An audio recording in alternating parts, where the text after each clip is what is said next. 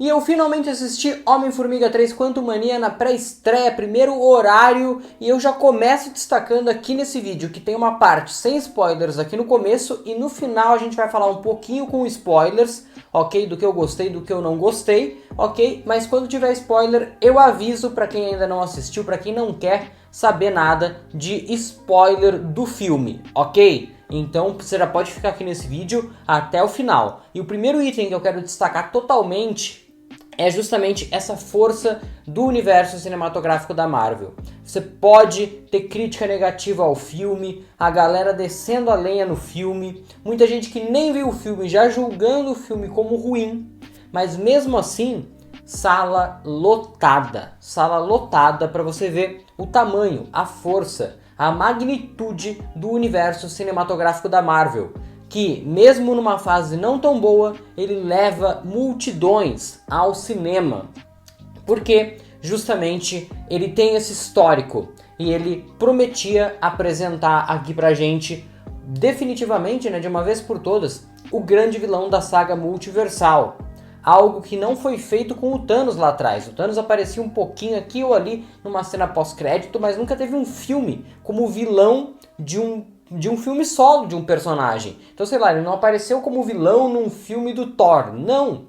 Aqui não. O Kang já tinha aparecido na primeira temporada de Loki. Agora ele aparece em Homem-Formiga 3 Quantumania. E essa, eu acho que é uma das primeiras coisas que eu posso dizer pra vocês que eu gostei do filme. Porque ele apresenta esse cara, ele aproxima o público desse cara, responde muitas coisas sobre quem ele é e o que ele faz e por que ele é o Kang, o Conquistador, mas também deixa ainda muitas outras dúvidas no ar, deixa muitas perguntas, né, que a gente quer saber a resposta, que a gente quer ver logo essa tal dinastia Kang, que a gente quer ver logo a próxima aparição desse personagem que é muito carismático e muito bem interpretado por Jonathan Majors. Agora, antes de mais nada, antes de a gente continuar aqui, já peço a sua inscrição aqui no canal, o seu sininho acionado para você não perder mais nada, absolutamente mais nada, do universo cinematográfico da Marvel. Porque esse universo maravilhoso que leva multidões ao cinema, mesmo na pior fase dos últimos anos, é aquele que me conecta a você que está aí do outro lado. É um prazer imenso estar aqui falando sobre esse filme, sobre todo o UCM com vocês. Esse daqui é só o segundo vídeo, né, falando do filme depois que eu assisti. Ainda hoje vai ter mais vídeo, amanhã, depois de amanhã, enfim, esses próximos dias todos vai ter muito vídeo aqui no canal. Aqui vocês sabem, quem está inscrito aqui há mais tempo já sabe. A maior cobertura, uma das maiores coberturas, do YouTube sobre um filme depois que ele lança é aqui no canal. A gente passa uma semana inteira só falando sobre o filme, os seus desdobramentos, suas histórias, teorias. Enfim, então fica aqui com a gente, se inscreve, aciona o sininho para não perder mais nenhum vídeo e sempre receber as notificações e deixa o like no vídeo para ajudar o YouTube a entender que esse vídeo é relevante e que pode mostrar ele para mais pessoas. E definitivamente, galera, esse é um filme que vai dividir opiniões, tanto é que eu saí do cinema, sabe aquele meme da Nazaré? Calculando o que eu achei do filme. Porque assim, quando saíram aquelas primeiras críticas, elas eram todas muito boas, de uma maneira geral todo mundo elogiando a Janet e o Kang, né, a Michelle Pfeiffer e o Jonathan Majors, e com pouquíssima crítica negativa. Aí começaram a ver as pessoas aqui no Brasil, né, nas cabines de imprensa, e muita gente descendo a lenha no filme. Aí eu falei, opa, peraí, uma crítica boa de um lado, uma crítica muito negativa do outro, o que é esse filme? E aí começaram a sair as notas no Rotten Tomatoes, 58%, 53% tava a última vez que eu vi.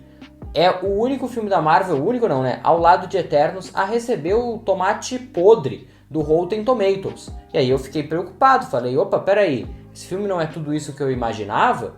A Marvel mais uma vez vendeu errado um filme, igual vendeu, na minha visão, Doutor Estranho 2 do Multiverso da Loucura como um filme de um multiverso da loucura, onde não tinha tanta loucura assim no multiverso, e aí você vendeu errado o filme. Então aqui eles vendem o filme como um filme que vai apresentar o Kang, mas eles venderam isso errado. Então era uma dúvida que pairava a minha cabeça. E aí quando eu fui ver o filme eu falei, agora eu entendo por que esse filme divide opiniões, porque eu mesmo dentro de mim estou dividido. Eu mesmo dentro de mim não sei o que eu achei 100% do filme.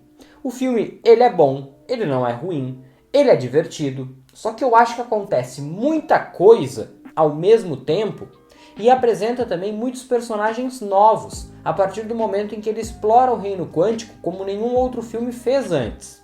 O reino quântico foi muito importante, principalmente ali na viagem do tempo que os Vingadores fazem, né, em Vingadores Ultimato. Mas a gente nunca explorou esse reino dessa forma como foi explorado nesse filme, né? Então todos os visuais são muito novos, os novos personagens, os povos que habitam esse local são novos. E a partir do momento que você tem muito personagem novo, talvez não dê tempo de você se conectar 100% com eles, e tem muita coisa acontecendo, isso pode deixar muita gente meio confusa. Então, é um negócio que pode atrapalhar muita gente e pode te afastar um pouco do filme. Então, eu entendo um filme que vai dividir opiniões. Pra mim, principalmente pra quem já me conhece, pra quem assiste meus vídeos aí, pegando os filmes do ano passado, da Marvel, ok? Todo mundo sabe que eu achei o filme do Pantera Negra 2 Wakanda pra Sempre sensacional. Pra mim é nota 10 e ninguém tira essa questão da minha cabeça, essa nota da minha cabeça, porque eu falei, cara, eu achei incrível quando eu assisti a primeira vez, reassisti no dia seguinte de novo, achei sensacional também e já reassisti agora no Disney Plus e continuo achando a mesma coisa. Então pra mim Pantera Negra 2 desses últimos filmes é o melhor de todos, ok? Mas é a minha opinião e é aí que entra a questão. Eu acho muito importante você ir ao cinema, se você puder ir, para tirar a sua conclusão. Porque foi o que eu falei, quando era segunda, terça-feira, tinha um monte de gente que não tinha visto o filme e que tava falando que o filme era uma porcaria. Mas peraí, você vai falar que o filme é uma porcaria baseado na opinião de outra pessoa? Sendo que teve gente também que falou que o filme é muito bom? Então por que você tá pegando a ideia de quem falou que é muito ruim, sendo que você não viu o filme? Vá lá ver o filme e tire sua conclusão. Morbius, ano passado, por exemplo, eu não achei essa porcaria toda que falaram, ok? E cada um tem muito da sua história. E a sua história, só você tem a sua história. E a sua história, ela vai basear tudo o que você acha como bom ou ruim. O seu sentimento naquele dia que você está assistindo o filme vai te fazer imaginar se o filme é bom ou ruim. Então você tem que ir lá tirar a sua impressão, ok? Então pra mim Pantera Negra 2 é excelente, do mesmo nível do primeiro, nota 10, de verdade, nota 10 pra mim. Aí a gente teve Thor 4 Amor e Trovão, que foi uma tragédia, uma desgraça, muito ruim, realmente, muito ruim. Não tem nem comparação, o Wakanda Quantumania é muito melhor que Thor 4, não tem nem o que falar. E talvez esteja no mesmo nível de Doutor Estranho 2 no Multiverso da Loucura. É um filme que é muito importante, que para você entender toda essa saga do infinito você precisa assistir esse filme, e que, por exemplo, é muito mais importante do que Pantera Negra 2 para o UCM Saga Multiversal. Pantera Negra 2 não tem nada de multiverso. Aqui tem o Kang. Aqui tem vários conceitos multiversais que você precisa assistir para entender. Igual Loki primeira temporada, você precisa assistir. São aquelas leituras obrigatórias, no caso aqui, filmes e séries obrigatórios para entender essa saga multiversal. Falando brevemente sobre os personagens, ainda sem spoiler, ok? Já falei do Kang, não tem nem mais o que falar. Incrível, fantástico, muito bom, quero ver mais. A Janet e o Hank Pym, pela primeira vez eles têm um papel realmente muito importante dentro do filme. Eu acho isso sensacional, porque você tem dois caras do tamanho de Michelle Pfeiffer e Michael Douglas. Ah, meu Deus, nunca mais eu vou dormir. Você tem que dar papel de destaque para esses caras. Eles são, né, nos quadrinhos, o Homem-Formiga e a Vespa originais. Aqui também são, mas isso não foi mostrado com tanta importância dentro do UCM. Agora não, eles foram importantes, eles foram protagonistas. Toda a história da Janet no Reino Quântico com o Kang é importantíssimo para entender essa história. O Hank Pym e as suas invenções, as suas partículas Pym, o seu jeito de ser, são muito importantes dentro da trama, até ali no confronto final contra o Kang.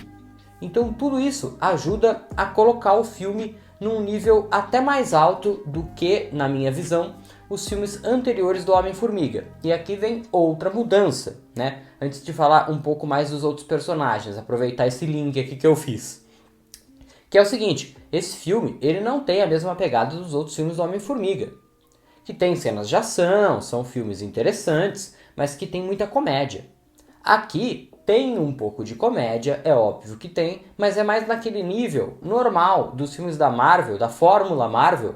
Uma piadinha aqui, outra ali, uma gracinha ali, outra colar, certo? Mas de uma maneira geral, o filme se leva mais a sério do que os outros filmes do Homem-Formiga, ok? E eu acho que tem dois personagens que saem um pouco dessa esfera, né? Voltando aqui para os personagens. O primeiro deles que é o MODOK e o outro que é um personagem novo que tem aí e que ele tá ali justamente para fazer piada o tempo inteiro. O MODOK, apesar de não ser levado a sério em nenhum momento, tem alguns momentos ameaçadores dele, ele trabalhando pro Kang, ele tentando atirar ali na galera, nos outros personagens, ele perseguindo o Homem-Formiga, né, o Scott, perseguindo a Cassie, etc e tal. Mas que também, assim, principalmente quando ele tira a máscara, vira piada pura. E que ao mesmo tempo que me desconecta do filme, porque tá muito ruim aquilo ali, porque assim, você vai falar pra mim, pô João, mas você acredita que existe o Thanos, mas não acredita que possa existir o MODOK na realidade? Não, eu sei que nenhum deles existe. Mas uma coisa é você ver o Thanos, que você vê que ele claramente tá ali naquele cenário. O MODOK parecia que ele tava em outro mundo, um negócio paralelo. Aquela cabeça gigante incomodava demais. Tava mal feito, mas eu acho que era de propósito. Eu acho que era de propósito. Eu não acho que ficou ruim daquele jeito de sem querer. Não é que faltou tempo e tal. Inclusive o CGI, pra mim, de uma maneira geral, tá muito bem feito, tirando um momento ou outro ali que realmente não tem muito o que fazer, né? Mas de uma maneira geral, gostei bastante. Como o filme se passa quase o filme inteiro no reino quântico, o que mais teve foram efeitos visuais ali dentro, obviamente. Uma coisa que me incomodou, ainda falando dos personagens, é que a Vespa, né, a Hope, que tá no título do filme, ela aparece bem pouco. Ela tem uma participação pequena, apesar de estar no título do filme e apesar de, quando aparecer, ser muito importante, né? Os momentos-chave do filme, ela tá lá para lutar, para ajudar o Homem-Formiga, para colaborar de verdade. Então eu entendo o que aconteceu. Eles tiveram que dar mais tempo, por exemplo, pro Scott com a Cassie. Eles tiveram que dar mais tempo pro Hank Pym e pra Janet. E aí faltou um pouco pra Hope, que por ser a protagonista, por estar com o nome no título, precisava ter tido um pouco mais de destaque. Mas é uma personagem também, assim, que eu nunca achei nada demais nela. Eu acho que é uma personagem, assim, que não cativa, não se aproxima do público. Me diz assim, que fã da Vespa você conhece? Do Homem-Formiga já é difícil, mas da Vespa, de verdade. E não é culpa da atriz, não é culpa de ninguém. É que realmente é uma personagem que tanto faz, tanto fez, entendeu? E aí aqui vem a Cassie. A Cassie eu acho que é a pessoa que eu mais tô vendo que divide opiniões. Teve gente que amou, achou sensacional. Eu achei que assim, tinha vários momentos que ela fazia cara de paisagem. Me desculpa. Um momento ali aterrorizante, ela só com aquela boca aberta assim. Tipo, tá bom, mas demonstre mais, entendeu? É uma atriz, a Catherine Newton, né? Eles trocaram, né, a atriz que fazia a Cassie de antes pra cá, não sei o motivo. Mas eles trocaram, é uma atriz que eu já tinha acompanhado outros trabalhos dela, como por exemplo, Detetive Pikachu, ela participa do filme, tem uma participação importante no filme, e lá eu gostei muito dela. Aqui eu achei ela meio fora um pouco, né? Teve gente que falou, nossa, eu achei a química dela com o Scott Lang ali fantástica. Pra mim, ela e o Paul Rudd ali é como se nunca tivessem se visto na vida, de verdade. Diferente, por exemplo, do Scott com a Evangeline Lilly, né, do Paul Rudd com a Evangeline Lilly, que já trabalham juntos há muito tempo. Ou então até com o próprio Kang. Por mais que o cara tenha chegado agora no UCM, parece que ele já conhece todo mundo há muito tempo. Aí que eu acho que entra de fato a qualidade do artista. Mas não vou ficar aqui destilando ódio contra a atriz e tal. Ela vai ser muito importante para o futuro, principalmente dos jovens Vingadores. Então fica a torcida para que ela melhore, para que seja mais legal, né? Igual, por exemplo, todo mundo amou a Kate Bishop em Gavião Arqueiro, certo? Então, que ela possa melhorar e elevar o nível do UCM daqui pra frente, porque ela vai ser muito importante. Com certeza, sem dúvida nenhuma. Atenção que agora começam os spoilers, ok? Vamos lá. Desde o momento em que a família Pym é levada para o reino quântico, a gente começa a ser apresentado para uma nova área ali dentro que não vimos antes. E a gente começa a ver, e essa história vai sendo contada aos poucos pra gente, essa história de conquistado e o conquistador. O Kang, desde o momento em que ele pisa no reino quântico, ele começa a conquistar os territórios ali dentro. A matar gente, a fazer gente de escrava e entre outras coisas. E aí a gente começa a ver, a partir da Cassie e do Scott, os exilados. Aqueles que resistiram, mas conseguiram fugir, que não morreram nas mãos de Kang. Aqueles que morrem de medo dele, mas que no final do filme aparecem lá para acabar com tudo o que o Kang conquistou. Apesar de muitos também morrerem nas mãos do Kang no final do filme. Uma das melhores cenas do filme, o Kang muito louco matando geral ali em volta dele. Eu acho que a única questão é aquilo que eu já meio que citei no começo. É muita gente nova, então não dá tempo de você se conectar com esses caras a ponto de se importar com a morte deles. Desses mais personagens novos, né, que moram no reino quântico, que são seres quânticos e que morrem, tem apenas um. Um deles morre. Os outros, né, dos principais, não morrem. Então, mas assim também, esse que morreu, eu falei, ele morreu. Tá bom, não vai mudar a minha vida, entendeu? Diferentemente de, nossa, a rainha Ramonda morreu em Pantera Negra 2. Isso impactou. Aqui não. Ele morreu, coitado, não merecia, não precisava disso, entendeu? Mas eu acho que faltou um pouco mais de tempo, talvez, pro filme, para conseguir conectar mais Cassie e Scott, para conseguir conectar mais a gente com esse povo e o que de fato aconteceu com eles, com a história deles. Talvez tenha faltado um flashback mostrando de fato essa conquista do Kang para cima desses caras, como que foi isso, como que isso foi traumático para eles. Eu acho que falta um pouco nesse sentido. Vamos lá, no final do filme, a gente tem ali o motivo pelo qual eu falei que o Hank Pym é muito importante dentro desse filme. Um dos motivos, né? A sua grande colônia de formigas que ele tinha criado no mundo normal e que eram formigas super inteligentes, acabaram também indo parar no reino quântico junto com toda a família Pym, porque tudo que estava naquela sala foi puxado para dentro do reino quântico. Essas formigas, quando elas estavam caindo no reino quântico, elas cresceram, ficaram gigantes. E com isso também a inteligência delas cresceu. Elas são agora formigas ainda mais super inteligentes, mais inteligentes que muito humano por aí. Olha só que interessante e polêmica essa frase minha. Pois é. E aí no final do filme tem um super ataque de formigas comandadas pelo Hank Pym e elas atacam o Kang. E aí tem uma hora ali que o Kang tá se protegendo assim. E foi num péssimo momento esse ataque. De verdade, nada contra as formigas, pô, até bonitinhas. Mas assim, o Kang tava falando pro Homem-Formiga, pra Vespa e pra Cassie. Vocês acham que podem me derrotar? Eu já vi de tudo. Eu já sei o passado, o presente e o futuro. Nada me surpreende. E aí chegam as formigas. E aí ele faz uma cara de quem está surpreso. Mas meu Deus, Kang, você não acabou de dizer que já sabe tudo o que vai acontecer? Que nada mais te surpreende? Aí formigas gigantes super inteligentes te surpreendem? Kang, já foi mais ameaçador, hein? Fala sério.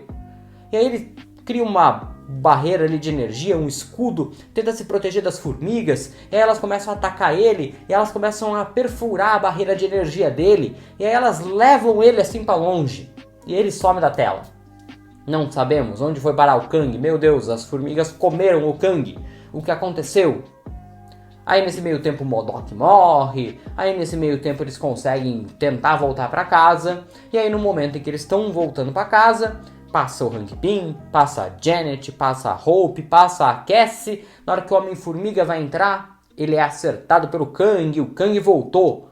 Então uma cena que poderia enfraquecer muito o Kang, para sorte do roteiro, na sequência, ele tem uma das melhores cenas do filme, quando ele dá um cacete bem dado no Homem-Formiga. Aquela cena é realmente muito boa, é uma das melhores cenas do filme.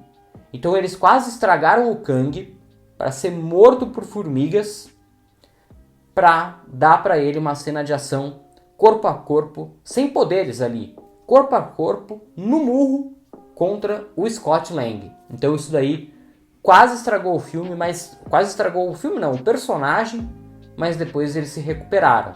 Mas isso foi uma questão que me incomodou muito dentro do filme.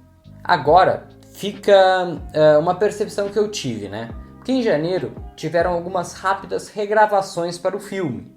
Eu achei estranho, falei, meu Deus, faltando, sei lá, um mês para o filme estrear, estão regravando alguma coisa. E aí isso entra com o que eu percebi no final do filme que mudou e que de fato, claramente, eles adicionaram aquilo recentemente, que o final do filme era outro, porque assim, tinha vazado lá atrás, eu não vou lembrar quando foi isso, talvez dezembro, novembro, por aí, um roteiro do filme. E esse roteiro tá igualzinho ao filme. A única diferença é o final, que falava que a Janet, o Homem-Formiga e o Kang iam ficar presos ali dentro do reino quântico. Isso fica muito claro no final do filme. No final do filme ali, quando a Vespa ela volta para ajudar o Homem-Formiga na luta final contra o Kang, e o Kang morre, ali claramente ficou claro, é ótimo, que eles iam ficar presos no reino quântico. E justamente a cena que tinha vazado no roteiro, que falava que a Cassie ia mexer nos computadores, e aí no meio dos computadores ia aparecer uma mensagem falando sobre os jovens Vingadores que tinha sido deixada pelo Visão. Claramente isso ia acontecer, porque ela tá ali mexendo nos computadores, quando do nada corta pro Homem-Formiga e pra Vespa dentro do reino quântico, e um portal se abre para eles voltarem para casa. Então ficou claríssimo que eles alteraram o final do filme, talvez para não repetir o Ultimato, né? Que em Ultimato, o que acontece? O Homem-Formiga tá dentro do reino quântico, e aí ele é resgatado por um rato qualquer, né? Ele sai do reino quântico. Para eles passaram 5 minutos, mas passaram 5 anos. E aí tem toda essa questão, né? Então eu acho que eles mudaram por causa disso. Então eu realmente visualizo essa mudança. E aquela cena final, tem uma cena final, igual no começo do filme, igual tem no trailer, do Homem-Formiga andando na rua, sendo reconhecido, se achando o máximo. E aí tem uma despedida não, né? Tem um falso aniversário pra Cassie, que não é aniversário dela, mas ele fala, eu já perdi tantos aniversários seus que vamos comemorar aqui como se fosse um aniversário seu, sabe? Aquilo claramente foi adicionado mais recentemente, e toda essa preocupação do Homem-Formiga. Meu Deus, o cara lá, o Kang, falou que ele era a única forma de impedir o que estava por vir. O que será que está por vir? Será que eu fiz a coisa certa matando o Kang? Ah não, deixa quieto, tá tudo certo. Aí logo em seguida ele continua pensando, será que eu fiz besteira? O que será que vai acontecer? Deixando justamente no ar essa questão do Dinastia Kang que tá vindo aí. E agora, para finalizar esse vídeo aqui, uma pergunta. Fica claro durante o filme inteiro, e a gente já sabia disso, né? Que a Janet não tinha contado para ninguém direito, né, o que tinha acontecido com ela no reino quântico. E, consequentemente, ela nunca contou para ninguém sobre o Kang. Mas fica a pergunta. Depois de ter visto o quão perigoso o Kang era, por que ela não resolveu contar para ninguém que esse cara poderia vir? Por que ela não preparou a galera, os Vingadores, para uma ameaça do tamanho da ameaça que ela tinha visualizado dentro do reino quântico com o Kang? Pô, a melhor forma de você conseguir derrotar o inimigo é estar preparado para ele. Então agora todo mundo vai ser pego de surpresa, o Homem-Formiga vai cometer o mesmo erro de não contar nada para ninguém? Então eu fico com essa pergunta. Por que ela não contou nada e por que agora o Homem-Formiga não vai contar nada? Mas fica essa pergunta no ar. A pergunta que não fica é se você se inscreveu no canal, né? Porque a resposta é óbvia. Eu sei que você se inscreveu nesse momento. Se você não se inscreveu, se inscreve aí, fazendo favor, só clicar nesse botão que tá aqui embaixo. E aqui do lado tem outros vídeos para você continuar acompanhando tudo sobre o Homem-Formiga 3 Quantumania. Nossa cobertura tá só começando. Um grande abraço, até o próximo vídeo.